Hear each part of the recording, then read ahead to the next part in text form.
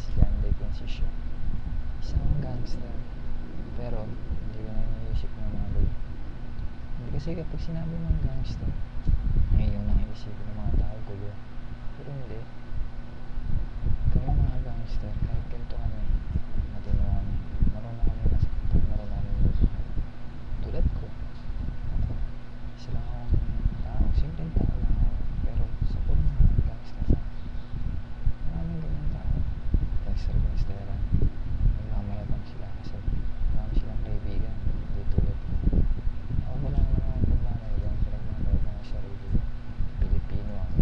Kahit tayo naman mga Pilipino, mag-aaway-aaway ba tayo? Kahit ano. Gawain niyo ibang bansa, huwag tayo. Joke lang. Bawal yun. Walang away-away. Masaya tayo dito eh.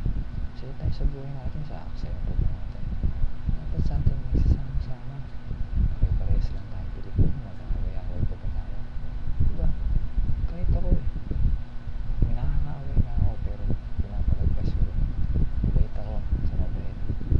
Ako yan, John de Quincy siya. Napakabait. Tingin ko nga pala sa pakikinig nyo ngayon.